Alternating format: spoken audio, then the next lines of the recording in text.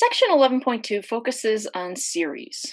And all that a series is the result when you add the terms of a sequence. So, where I would say a sequence is just a list of numbers, such as 1, 1/4, 1/9, 1/16, the series that's based on that sequence would be created by adding up those terms. So, 1 plus 1/4, plus 1/9, plus 1/16, etc.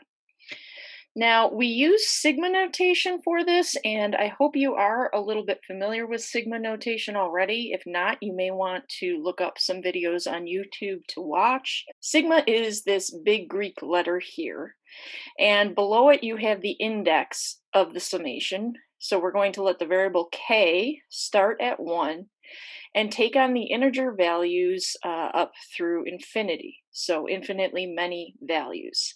So we are adding up a sub 1 plus a sub 2 plus a sub 3 and so forth. So again, the difference is the sequence is the list of numbers, the series is the sum of the sequence. Now we're talking about adding up an infinite list of numbers, which can sound a little bit confusing when you first are introduced to the idea. Partial sums, on the other hand, are a little bit easier to grasp because a partial sum is just that. It's a sum of a part of the series. So you'll notice like the partial sum notation here, capital S with a subscript of n. N tells you what index to go up to. So for instance, if I were to say calculate the partial sum S sub 3, I would be adding up a sub 1 plus a sub 2, and I would stop at a sub 3, which is the third term in this case.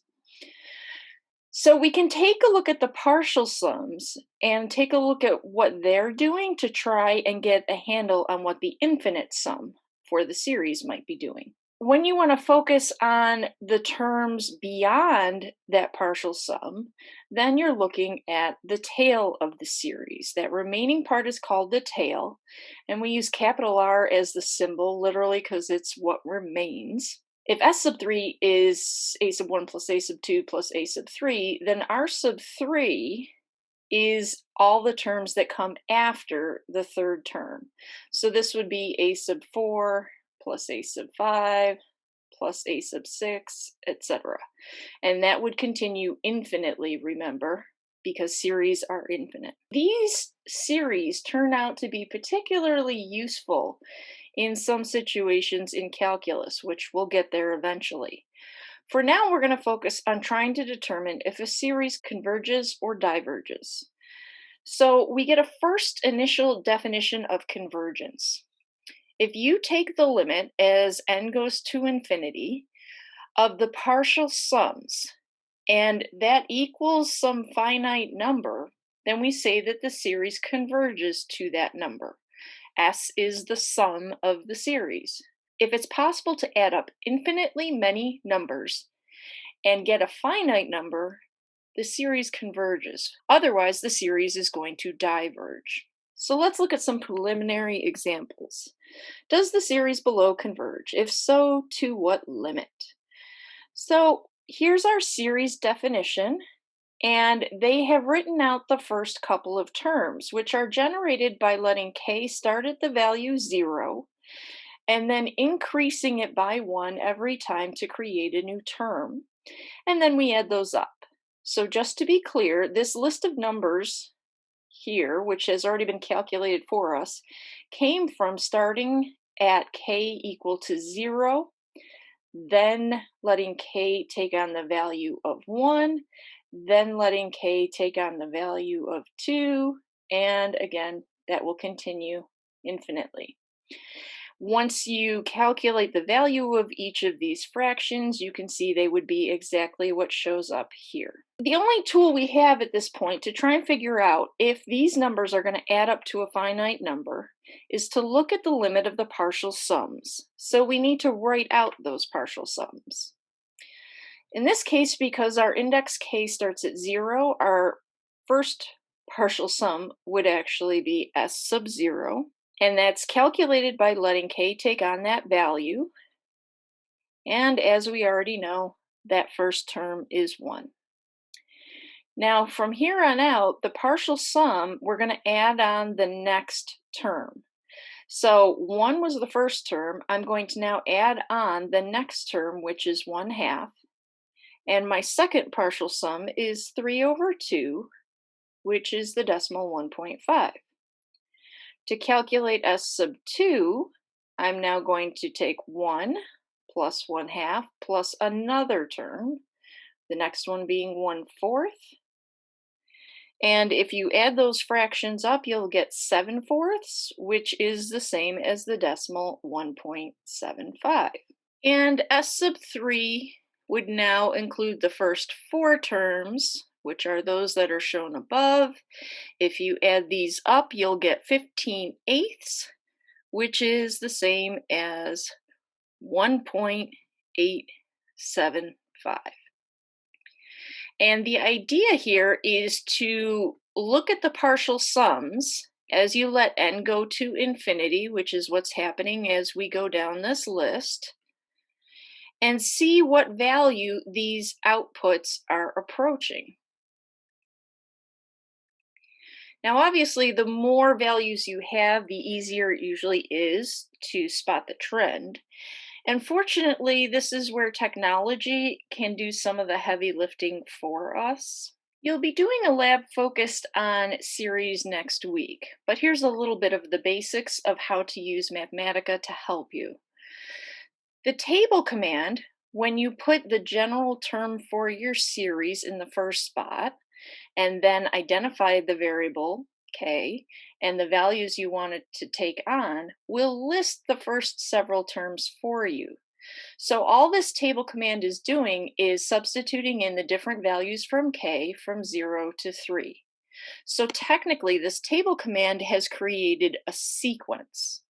Now, if we want to actually get the series based on this sequence, it's as simple as saying, please give me the sum. This value is the partial sum then, s sub 3, that we just calculated.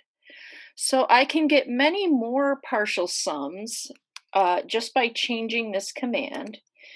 And I can put the capital N in the front of it, and that'll calculate the numerical value. And again, usually it's easier to see the pattern that's developing using the decimals. So I can say, what's the next partial sum going to be by changing the 3 at the end to a 4, and I get 1.9375. I can do the numerical sum again for the same function and say, please add up everything from k equals 0 to k equals 5.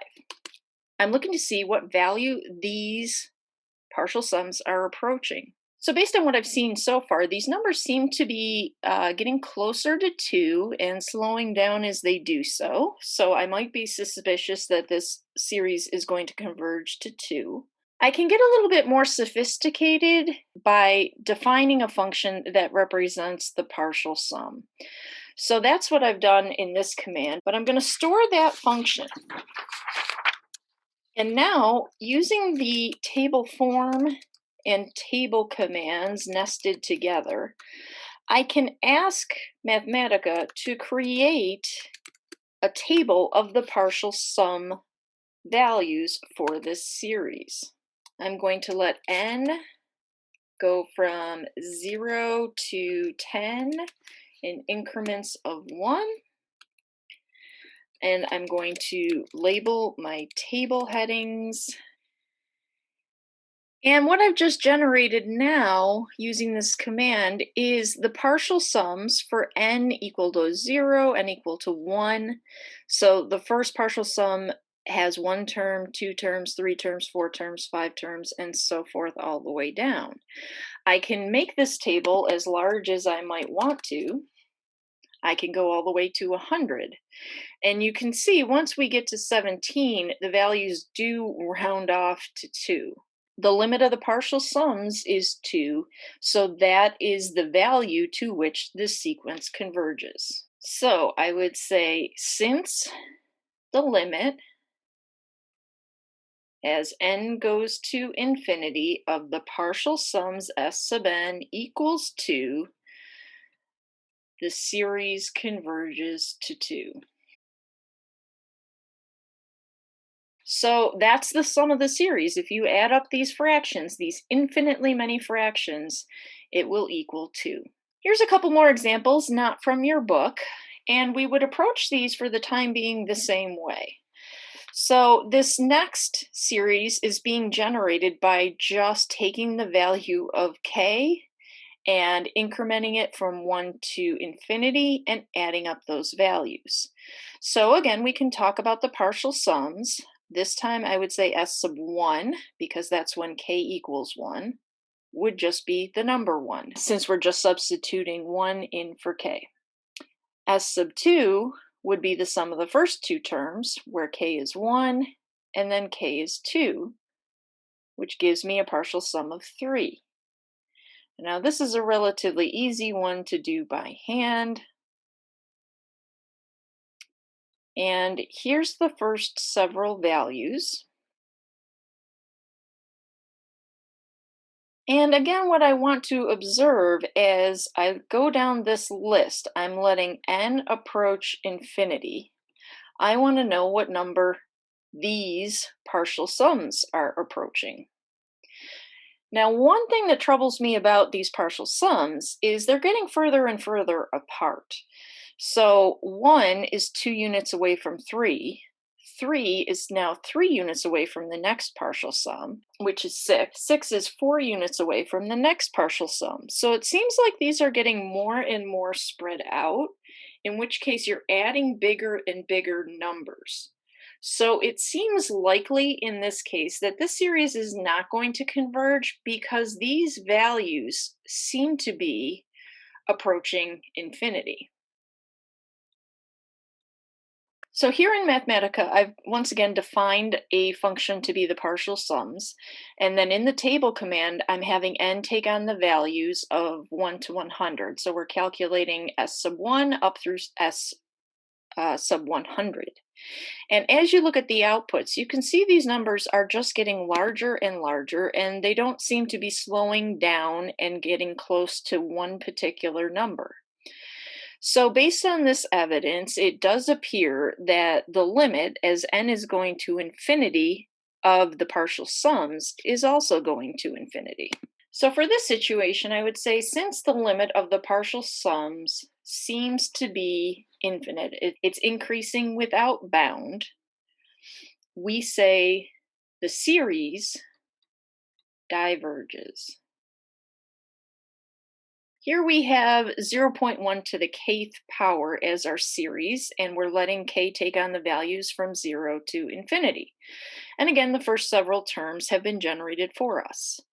So my partial sum, I would begin with s sub 0 since k starts at 0, and that first value in the sequence is 1. Now for the next partial sum, I'm going to add the next term onto it. 1 plus 0.1 equals 1.1. For the next partial sum, I'm going to add on the next term, and I'm going to get 1.11. And the next, you can see I'm just adding on another 1 after the decimal point. So the pattern here is easy enough to observe. So when I let n go to infinity, what appears to be happening with the s sub n's as I look down the table is that they're going to approach 1.1 repeating.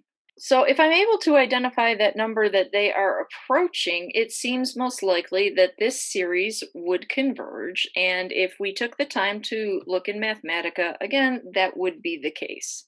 So because the limit seems to be approaching 1.1 repeating, the series converges to 1.1 repeating.